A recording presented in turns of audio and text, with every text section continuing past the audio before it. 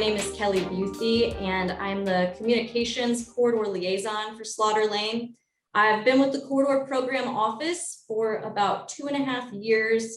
Some of you may recognize me. My hair changes sometimes, but my team and I are excited to have you all here and to share some updates with you.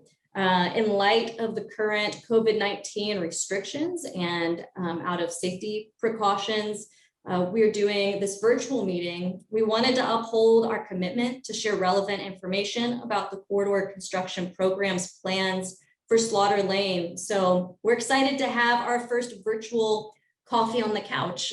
We have had these events before. We call them coffee on the corridor. They usually will happen in the morning. This is our first one actually doing this for Slaughter Lane, and we're calling it coffee on the couch since we're all at home.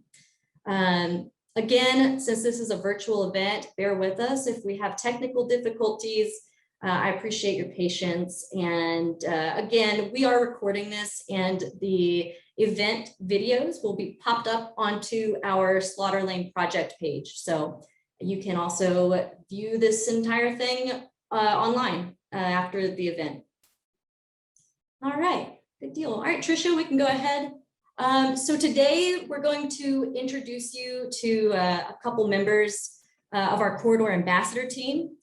Here from me, Greg Weems, Sabina Romero will provide an overview of our program, and we will then discuss the improvements planned for Slaughter Lane through funds from the 2016 Mobility Bond. Our Corridors for Complete Communities division will also provide an update, and we'll finish off with a Q&A session. At the bottom of your screen, you will see a chat button that will let you send questions.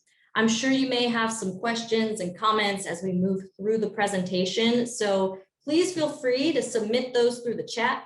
When you submit your question, please include your email address so that we can follow up with you after if we're unable to get to your question. You can also provide a phone number, whatever is easier for you. And all those questions are going to go straight to Tanya Ortega, my colleague, who's managing that on the other end. So you don't have to worry about publicly posting any of your contact info. So that's just going to us. Submit that with your questions.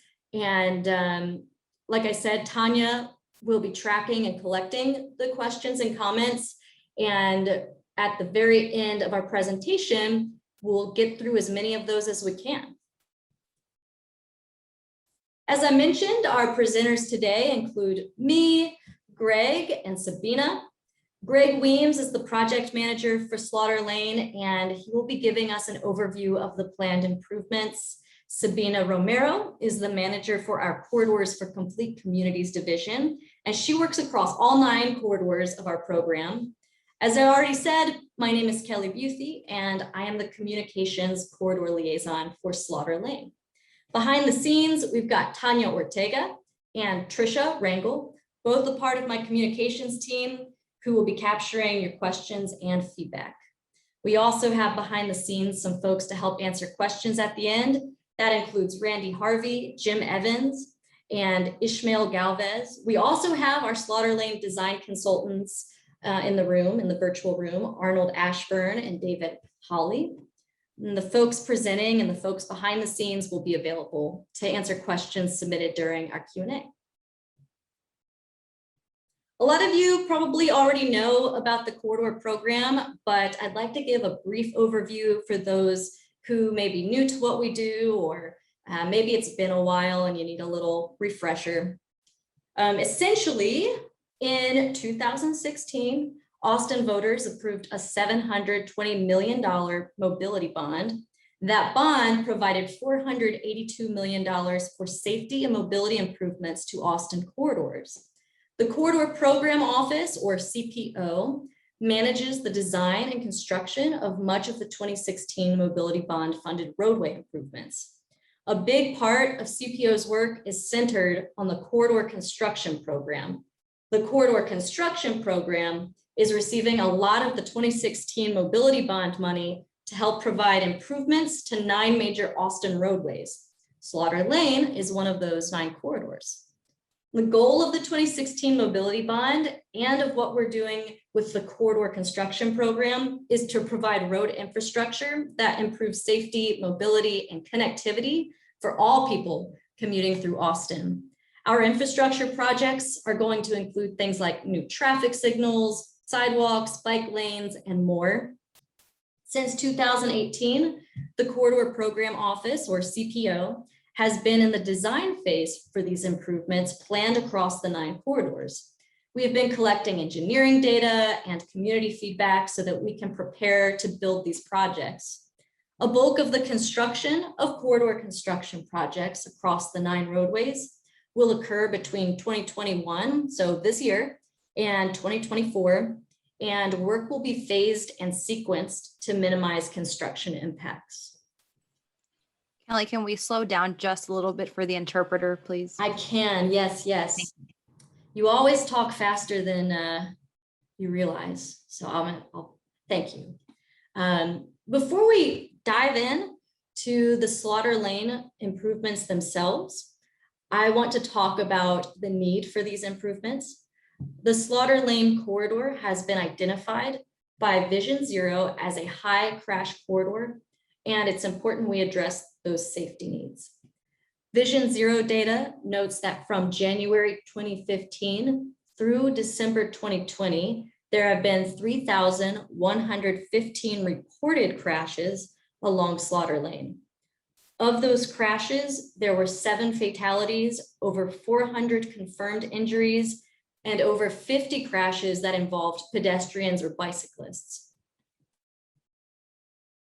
To improve safety and the overall commuting experience on Slaughter Lane, we need to address the current features of this roadway that can make travel challenging.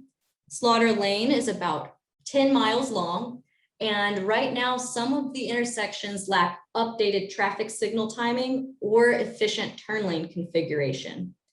The corridor also does not have continuous ADA compliant sidewalk networks, and in many segments of the corridor, bicyclists must share the roadway with cars. Slaughter Lane also lacks a good amount of signalized pedestrian crossings to help pedestrians and transit users get where they're going safely and efficiently. I will now turn it over to our project manager, Greg. He will give the specifics of what you can expect in the near term along Slaughter Lane, and he will also give a summary of the projects planned for construction through 2024. Thank you, Kelly. Again, my name is Greg Weems. I'm a project manager for the City of Austin, assigned to the Slaughter Lane corridor. In 2021, we're going to be doing quite a bit of stuff. Some of it is what we call shared use paths. We'll talk about that a little bit later. We're also going to have protected bicycle facilities. There will be a new signal at Stillwater's apartment, and we'll show you an image of that in a few minutes. We have a new signalized crossing, which also known as pedestrian hybrid beacon, and you'll hear us use the letters PHB. That will be at Vinemont Drive, and we'll be upgrading sidewalks to ADA compliance throughout the whole corridor. Next slide, please. This is one of our first projects. It's what we call C1A. It is from Barstow to FM 1826. FM 1826 is on the left side of your screen. You'll see the red lines that go along the edge of Slaughter Lane. That is our SUPs, or our shared use paths. On the left side of your screen, you'll also notice a green pointed shape. That is where we're going to extend the current median all the way out to FM 1826. You'll also see in the intersections where there's an icon of a red, yellow, and green. You'll see one at each intersection. Those will indicate that we will be upgrading that signal to some degree. Some of them will be full signal and replacements. Some of them will be upgrading electronics or a new box, so they get various levels of upgrades. What you'll see here is I can't even say that, Gorzicki Middle School. And then across the street, there you go. This is the exit drive for Gorzicki Middle School in its current configuration. If you go to the next slide, we'll see about what it's going to look like when we're done. We'll see a shared use path, pedestrians on one side, bicycles on the other. Next slide, please. This is the current photo of Vinemont Drive on the left. On the right is our schematic view. And there will be a pedestrian hybrid beacon at this location, and it will be constructed as soon as we can, but it's still in the design phase. Next slide. Clearly, this is a map view from essentially Brody to I-35. On the left side would be Brody. In the center, the red line is Menchaca. From Brody to Menchaca is what we call C3. It's going to be protecting the in-street bike lane with a bike barrier curb and then upgrading sidewalks that are not ADA compliant. And on the right side of your screen, from the red line to Cullen Lane is what we call C4. And it is the same as C3, where we will be protecting the in-street bike lane with a bicycle barrier curb and upgrading the sidewalks to ADA compliance. Before we go to the next slide, I'd like to say, you're going to hear in a few minutes that each assignment will take about 3 to 6 months to finish. And what that means is, if you think about the left side of your screen from Brody to Menchaca, that is one project that will be broken down into 5 different assignments. And we hope to have as many crews as we possibly can. But I want to make that clear. An assignment and a project are not the same thing. And we'll talk about it in just a second. If you'll go to the next slide, please. This is an existing view of South Mary Moore Seawright Drive. And we wanted to show you this one. And then the next slide will show you a rendition of how it will look when we're completed. The bicycle lane will be protected by that curb, and then we'll have pedestrians. And if you'll notice on the other side of the street, you'll see basically the same configuration. You go to the next slide, please. This is a schematic view. We would love to show you a plan view of this section, but we haven't gotten to that point yet. But this is what we call C5, a portion of C5. This is I-35 on your left side. And what we're trying to show you is that we are converting the outside lane in both directions from a vehicle lane to a protected bicycle lane. And you'll see that light blue, sky blue line is the protected bicycle lane. And we're going to be doing this in 2021 so that we can show you the next slide. This is the intersection of Stillwater Apartments. Unfortunately, there's been a couple of fatalities in the last few years, and we're wanting to make this quite a bit safer. The current configuration has the yellow sticks that close the turn lanes. Our original intention was to put a PHB, or pedestrian hybrid beacon, at this location, but we've since changed that to a full signalized intersection. In order to get the signals in, we need to protect that outside bike lane. So you'll see the bike lane first and then the signal after that. You go to the next slide, please. There will be construction this year. We haven't decided exactly where it will be, but we know it's coming, and we know we're going to try to work in about 4 locations at a time, if possible. If you remember correctly, or remember back a few slides, I said that each project will be broken into assignments, and this is where it's critical. Each assignment will take about 3 to 6 months. And the reason I wanted to explain it like that is I don't want you to think that they're going to be 6 months, 6 months, 6 months, 6 months for a total of 10 years. It's not going to be that way. We're going to try to work most of the segments simultaneously. Right now, we are getting permits for 7-to-7 construction. We don't anticipate that changing, but if it does change, we'll have to adjust after the COVID issues are cleared up and we return back to some sort of normalcy. They are going to be daily closures, and we are going to encourage our contractor to work 7 days a week. There will be lane closures. There will be bicycle and pedestrian detours. And if you see a bicycle or pedestrian detour, we strongly encourage you to follow that detour to protect you and to protect the workers. There will be access issues.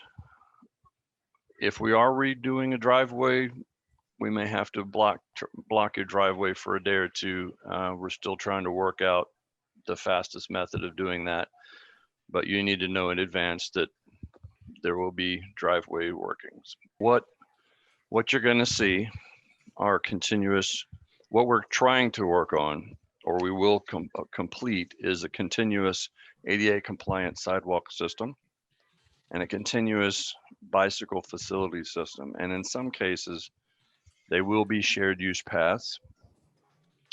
We're going to try and do this as quickly as we can, as efficiently as we can, but understand there will be lane closures, there will be delays. I would imagine that some of your questions might be timing of the intersections, and we are currently in the process of designing that work. We don't know what that's going to be yet. And I understand that some people may want to adjust the timing now. And if we do that, and then we go to construction and we reconfigure the lanes, we may have to go back and redo the timing again. So if you'll please just bear with us, we will get through this construction together, and it will be a corridor that we can be proud of. Yeah, thank you so much, Greg. I also want to take this moment to remind folks to use the chat if any sort of comments or questions come up that are top of mind. As Greg just mentioned, there may be temporary impacts to business access. So as part of our outreach leading up to bike and pedestrian improvements, we are working to reach out to those who could be affected by our construction work. Where necessary, we will be putting up business access signage that will include the affected business's name and will point to the access points. Visibility of an access point could be hindered for a couple days while crews are working in an area, but folks should still be able to see through or around construction equipment to some degree. Our communication for the traveling public and the rest of the businesses will be proactive and consistent. We will provide updates on lane closures, potential delays, impacts, and timelines via email blasts to our Slaughter Lane listserv, which you heard me talking about earlier. And we will be providing updates through Twitter. Larger milestones will be announced in the 2016 Mobility Bond newsletter as well. And finally, we will be adding a corridor construction webpage to our current program website to share updates on all of the construction projects happening across the 9 corridors. Our outreach for construction beyond 2021 will be very similar. And I'm going to go ahead and turn it over to Sabina to provide an update on the work that her division, Corridors for Complete Communities, is doing. Thank you, Kelly. My name is Sabina Romero, and I am part of your Complete Communities team here in the Corridor Program Office. I want to take just a moment to explain our team's name and purpose. Some of you may be familiar with Imagine Austin. That is Austin's 30-year development plan that was created in 2010. And one of the Imagine Austin goals is to support complete communities. Those are communities where everyone who lives or visits can easily reach housing, work, recreation, schools, services.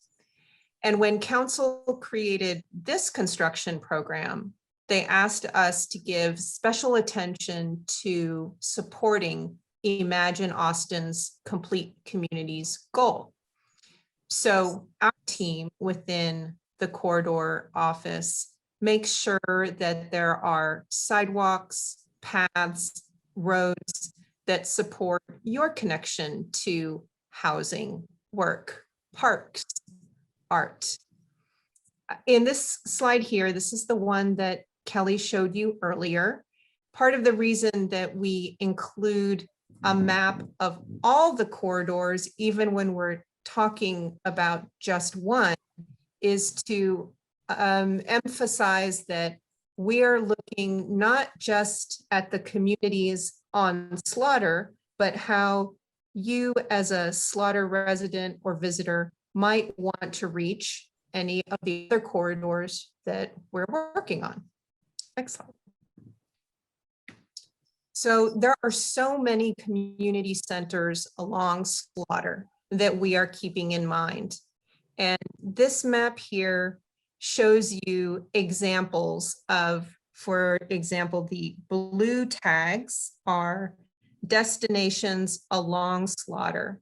And the orange tag shows you a way that you as a pedestrian or a family traveling on a weekend might reach another corridor. So from the west end to the east end, you see Gorzycki Middle School, there's the HEB, there's Bowie High School, the Foundation Communities Neighborhood at Homestead Oaks, there's Kasurik Elementary, another HEB, Casey Elementary, Paredes Middle School, and then parks like Seawright, of course. You can see all the green parks along Slaughter, and another Foundation Communities location, South Park Meadows Shopping Center, all the way to Onion Creek Park and the Idea School campus. These are just examples of sort of the centers of many communities along the road that we're keeping in mind as destinations to enrich. And if you would like to help us make this map better, feel free to mention in the chat locations that you value along Slaughter, either because you live here or visit here. And that helps us have a better understanding of what's important to you. Can we go to the next slide? So I wanted to talk just a little bit about what we are hoping to add to Slaughter. There are some improvements that we would like to add to Slaughter. And then over the next few years, we'll also have conversations with you about what you would like to see us add. So for example, we'd like to create a more clear entry to Seawright Park. This photo in this slide is one of the entrances now, and that could be easier to see from the road or for someone passing by to know that they can stop and enjoy that location. We want a more clear connection to the Onion Creek Park along Brant Road. And the city is also planning more affordable housing close by Seawright, and we'd like to ensure that those new developments also have clear connections to these parks, for example. So again, I welcome your suggestions in the chat of suggestions of improvements you'd like to see in your neighborhood, whichever part of Slaughter you live on. And we look forward to working with you all. Thank you, Kelly. Thank you, Sabina.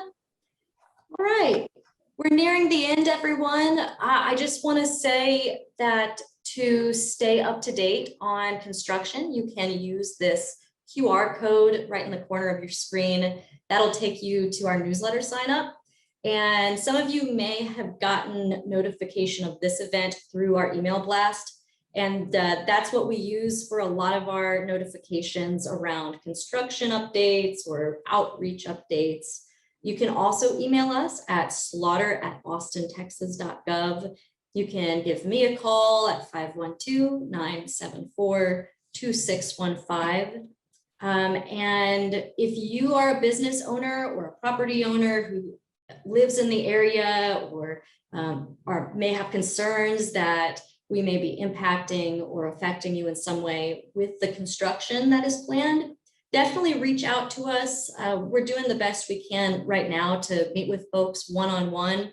If you haven't heard from us yet, maybe you will at some point. But either way, we are accessible and we're happy to help however we can, answer questions and talk with you. And that is it for our presentation today. We'll now move to the Q&A session. Tanya's been collecting questions throughout the presentation, and we're going to try and answer what we can within the remainder of this meeting. And as I mentioned earlier, if we are unable to get to your question, we'll follow up with you afterwards. And with that, I'm going to go ahead and ask that our City of Austin staff can turn their videos on, and that way everybody can kind of see us, put some faces to some names. And with that, I will kick it over to Tanya so that we can get started on our questions. Okay, so the first question is from Alex, asking, traffic on the east side of I-35 heading west very regularly takes 4 cycles of the traffic light at the frontage road to get through. Bike lanes will remove 1 lane. How will work help move traffic through the Slaughter and I-35 intersection better than today? Thank you, Tanya. That's a great question. I will go ahead and kick that over to Greg. Yes, so coming from the east side of our project in the old Lockhart area, right now the current configuration is 2 lanes entering Slaughter Lane at Old Lockhart.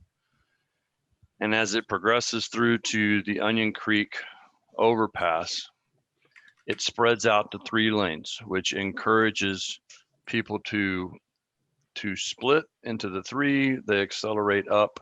And then quite honestly, as it approaches I-35, it goes back to a 2-lane configuration.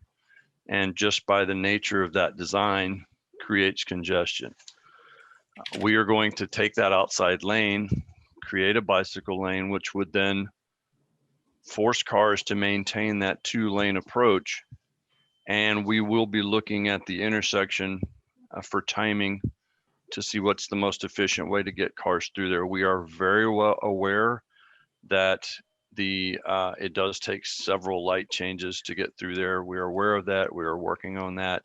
But our information suggests that if we maintain those 2 lanes coming from the east through I-35, it will actually speed up that traffic once we get the timing set. But that's a good question. That's a great question. Thank you, Greg. Question 2 from Bill. The westbound left turn from Slaughter until Billbrook is too short. Sometimes cars wait to turn block the through traffic lane. Will this be fixed as part of your program? And that was the intersection of Slaughter and Billbrook. All right, I'll kick it back over to Greg. So the westbound traffic at Slaughter and Billbrook turning left, yes, there is the same, more or less the same delay because of the timing sequence. We are working through in our C5 design from I-35 to Old Lockhart. We are working in a dual left situation, northbound at Billbrook to westbound Slaughter.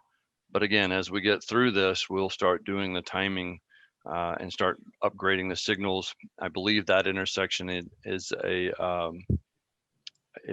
held up by a wire, and so a guy wire. So we're going to actually be replacing those signals with an upgraded signal pattern system, and we'll be working on the timing as well. So we are very aware of that one as well. Right now, we don't have enough information to say what that timing will be, but we are in the design for that. Thank you, David, Hart- Greg. Go ahead. go ahead. You're Go good. ahead, Kelly. I'm just saying thanks. Okay. David Hartman asked, about what rough time frame will this project be at South First and Slaughter? Specifically, South First and Slaughter was performed under what we call a Vision Zero intersection. So this particular project will come up to probably about 400 feet east and west of the intersection. But right now we have no intention of upgrading that signal. That's already been done. That intersection has been done. Now, if your question is in the close proximity of that, then I would say probably end of summer, we might be in that area with construction. We haven't worked out the sequence of which end will start of what that section is actually in C4. And we haven't figured out the sequence of construction, whether we start on the east end or the west end, but I would estimate probably at the end of late summer, we'll be in that area.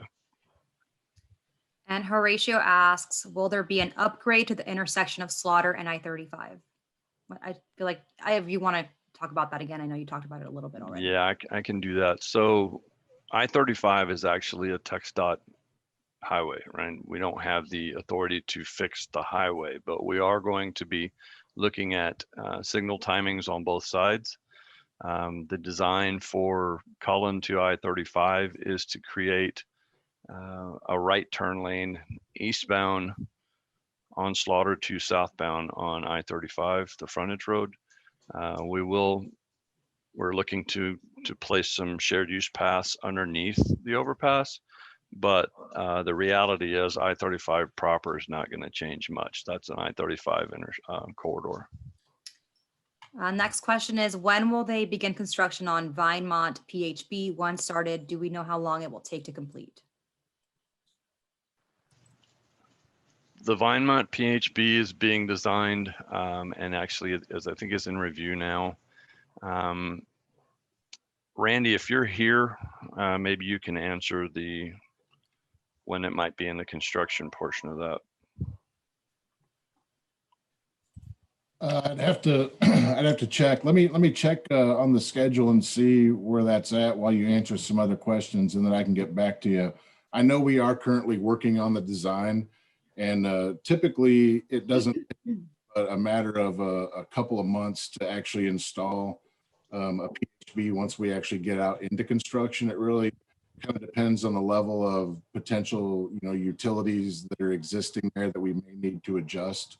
But I would say typically, from start to finish, by the time we get out there, it would typically take around 2 months to get everything installed, because we also have to, in addition to the signal work, we have to do some level of pedestrian ramps and sidewalk connections to make sure that it's a fully functioning crosswalk and everything, ADA compliant. So, but I'll try to find out and maybe get an answer on the timing of the start of construction here before the end of the meeting. Okay. Next question is, excuse me, at Westgate and Slaughter, the intersection is really uneven, causing people to progress slowly through the intersection from Westgate.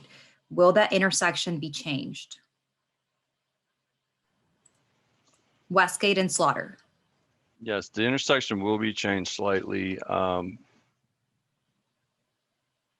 But I don't know that because of the configuration of the road and the elevation of the road that there would be much of I lived in that area pretty much all my life, so I'm very familiar with the intersection.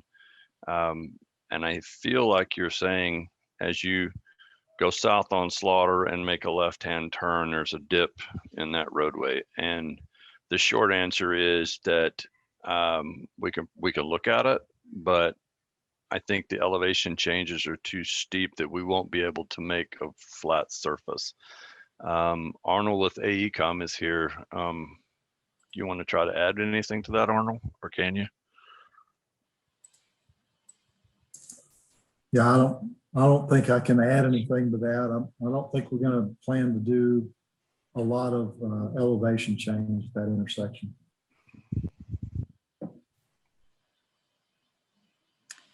Okay. Next question is, with the widening from Mopac to Wolf Trap, can there be a dedicated turn lane from Slaughter to Wolf Trap?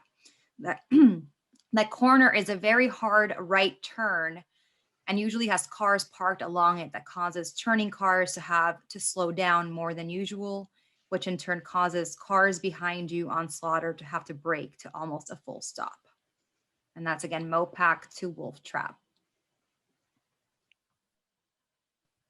So currently the design does not indicate a dedicated right turn lane onto Wolf Trap. It's certainly something we can look at, but I don't believe that there is enough right of way, just off the top of my head, for us to be able to widen out another 12 feet.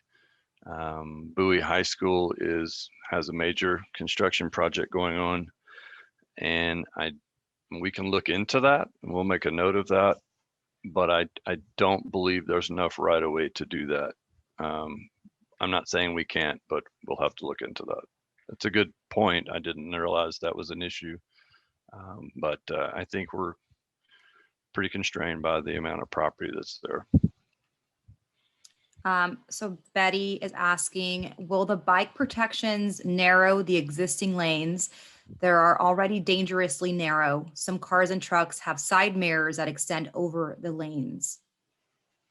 The bicycle barrier curb, for lack of better description, the face of that curb should be at the edge of that the current white line.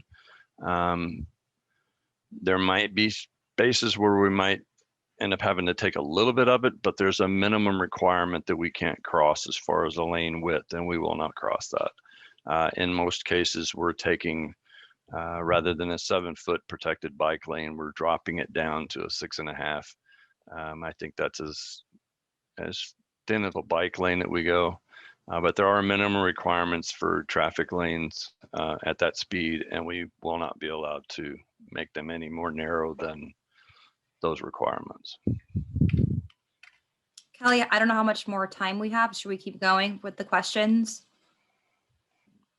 We got about 15 minutes, 16 Yeah, minutes. we can Okay. keep going until 7. Great.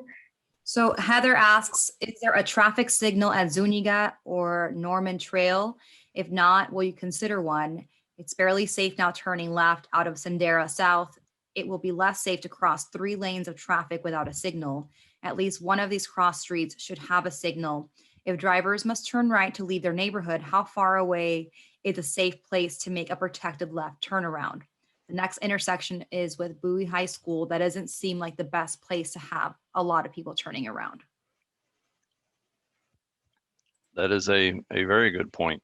Right now, I don't believe there's a signal there's a PHB at at one of those intersections, but we can certainly look into it. Right now, the design is not to put in a new signal there. And you are correct. Without a signal there, the first legalized intersection, signalized intersection would be Bowie High School. And you bring up a good point that it may not be the best place to do turnarounds. However, yeah, we can look into that. I'm not going to try to make any engineering decisions, but we'll look into that. That was a good point. Okay. Will construction, I'm wondering if construction will go east of 35 on Slaughter Lane from Larissa. Right now, we are scheduled to go all the way to Old Lockhart. If you live out there, if you've been out there, there is a construction project that came from essentially Vertex over to Old Lockhart. Our original limits of our construction was Vertex, but that's already been constructed, and I'm not sure it's been opened up to traffic yet. But we're stopping at Old Lockhart right now. We have some issues that we need to work through. Through that area is actually Travis County property, and we have issues we have to work through. But right now we're going to go all the way to Old Lockhart. Okay. Some of us are very concerned about the heritage trees along Slaughter Lane. How do you plan to protect those, and what are the repercussions if some are damaged by the city? There was a lot of damage to trees in the neighborhood already by COA construction crews working on MOPAC. Well, to be absolutely clear, MOPAC is TxDOT. So not to take anything away from that, but unfortunately there are a couple of heritage trees in the medians that unfortunately will have to go away in order for us to put the additional lanes in. We will be under mitigation requirements, and we will plant new trees. We have not gotten into great detail with the with our urban forestry group to find out how much and where, but unfortunately there are a couple of heritage trees that are going to have to be taken out. David And I don't wants- want to take them out any more than you do, but unfortunately there was not a whole lot of choices. David wants to know, when will the section of Slaughter between Bluff Springs and Vertex be complete? Bluff Springs is essentially right at Old Lockhart. I think they're within a couple 100 feet of each other. We are starting our project at Old Lockhart. From Old Lockhart to Vertex is actually, I believe it was funded by the Goodnight Ranch. And it is a city project, but it's unrelated to what we're doing. So we're hoping to start construction east of I-35 in the next 3 to 4 months. But I would be guessing at best for anything east of Old Lockhart. There are a lot of schools along Slaughter. Are the sidewalks near those being widened, or is there going to be a wider barrier between sidewalk and street to keep kids safe? The only school that I know that we are widening on Slaughter, the sidewalk on Slaughter is, and I've been corrected, thank you for this, Goriski. We are putting in shared use paths there where I think right now it's a 5-foot sidewalk. All the other sidewalks from MOPAC to Brody, we're putting in shared use paths, and we saw a photo of that, especially near Bowie. But from essentially Brody all the way to Congress, we will be upgrading existing sidewalks that are not ADA compliant. But right now there's no intention of widening sidewalks. The good thing about that is where we are going to put the bicycle barrier curb, there will be a 1.5-foot curb with the 6.5 to 7-foot bike lane, then the curb, and then the sidewalk. So the pedestrian traffic should be quite a bit safer than they are right now with just the white stripes. I'm not 100% familiar with all the schools in the area, but I think most of them are going to get a protected bike lane and then upgraded ADA compliant sidewalks. Okay. Are there any additional safety features being built into the bridge between Menchaca and Billbrook? Not built in. I think we're going to, we're a little bit worried about that bridge, but yes, we do need to either create a shared use path or a protected sidewalk, and we're working through the details on that. I don't know all the answers to that bridge. I know that we're worried about, we're not going to do any major construction on it for sure.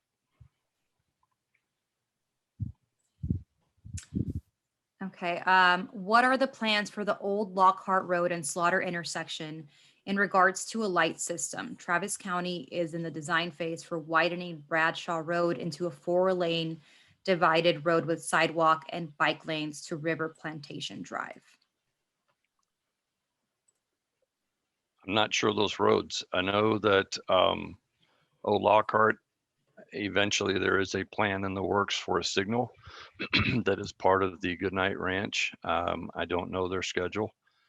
I do know that at some point or another, there's a thought of a design extending Pleasant Valley south. But as far as as far as Old Lockhart, I know that they want us to look at a possible additional left-hand turn lane northbound to westbound Slaughter. That will involve a purchasing of a little bit of right-of-way. And we haven't gotten that far in the design yet to determine exact limits of that. The signal, again, is part of the Goodnight Ranch, and we'd have to find out and either maybe we can get your information and send you an email about that signal, but it's not part of this program. It's not part of Slaughter Lane in the program, so I don't have any idea what the signal timing is. How can citizens give input to your team? Kelly? Kelly Booth. Yes, can you repeat that question one more time? I'm also navigating some questions. How So can my cit- attention split. How can citizens give input to your team? Yeah, that's a great question. We welcome input and questions and comments and accolades and praise. Just kidding. Well, we do, but anything you want to reach out to us about, please feel free to email slaughterlane@austintexas.gov, or you can email me directly, and that is kelly.buthe@austintexas.gov. It's basically my name, and you should be able to see that spelling on your screen. You can also give me a call at 512-820-2615, and through email or phone, I'll get your questions or comments and work on a response back to you, and we'll coordinate with my team. And like I said, we always welcome any sort of feedback you have. Anything that I get, I take it straight to Greg and our project team. I'm not an engineer. I only know enough to be dangerous, so I have to go to them and let them know kind of what the public is thinking, whether it's questions or general sentiments. It's very helpful to me and to us to get your feedback. And so email or phone, and we'll be happy to receive any feedback or questions you have. Let's do one more question. I know we're kind of wrapping up here, but I just want to get to this one. Is there a discussion to address the ability of motorists exiting Gorzicki Middle School? During peak times, it can be very difficult to turn left, so it is not unusual to turn right, then make a U-turn where the median ends. But will that be possible if the median extends all the way to 1826? That is a fantastic question. And we absolutely need to look into that, because it will be, it could be a dangerous situation to do U-turn at FM 1826. So yes, we need to make a note of that, and we'll look into it. That's a very good point. Thank you for that one. And then we have one more asking about the timing for the Vinemont intersection for the PHB. Yeah, the PHB is the PHB doesn't work unless somebody actually pushes the button. And I would imagine that there's some sort of delay between pushing the button and actually telling people to walk. I think it's far enough away from the intersection at FM 1826. Actually, the closer one would be Barstow. I think they're far enough away from Barstow and from Escarpment that they wouldn't have an effect by pushing the button with that Correct. flow of traffic. I think they mean for construction, the timing for construction. Oh, the timing for construction. Oh, well, you talked about that already. I'm I sorry. mean, I was gonna let him finish with the whole thing. before I told him. I mean, it's That's a good point, though. useful. It's a useful was going description that of a PHP. Yeah. Yeah, so I took a look, and we do have that in design right now, as we have a number of the signals and PHBs across our program. So I suspect that's one of our higher priority ones. I know we've talked about getting that one done as quickly as we can. So I think there's a good chance of us actually getting that in construction, later this year. It might even be one of our first. Our contractor that we have under contract is required to do 2 assignments at a time. So essentially that's 2 signals or 2 PHBs or 1 of each at a time concurrently across our program. So I think there's definitely a good chance of that being installed, this year for sure. If not one of the first couple of assignments that we send out probably in the next, 2 to 3 months. So we can provide some more, communication and outreach out to as we get a little bit closer and dial in that schedule. Kelly can kind of reach out and let everybody know kind of how that's shaping up. But yeah, I definitely think that's one that will for sure get in this year. Exactly the timing between now and the end of the year, I'm not sure of, but that's definitely on the list to get done this year. And I think that's all of our time, right, Kelly? That's it. All right, well, thank you everyone again. I appreciate you attending. I know my team does, and you'll see my contact information on the screen. Please feel free to reach out to me directly if you have any follow-up questions. I already see I've got a couple popping in my inbox now, so that means the system is working, and thank you all again.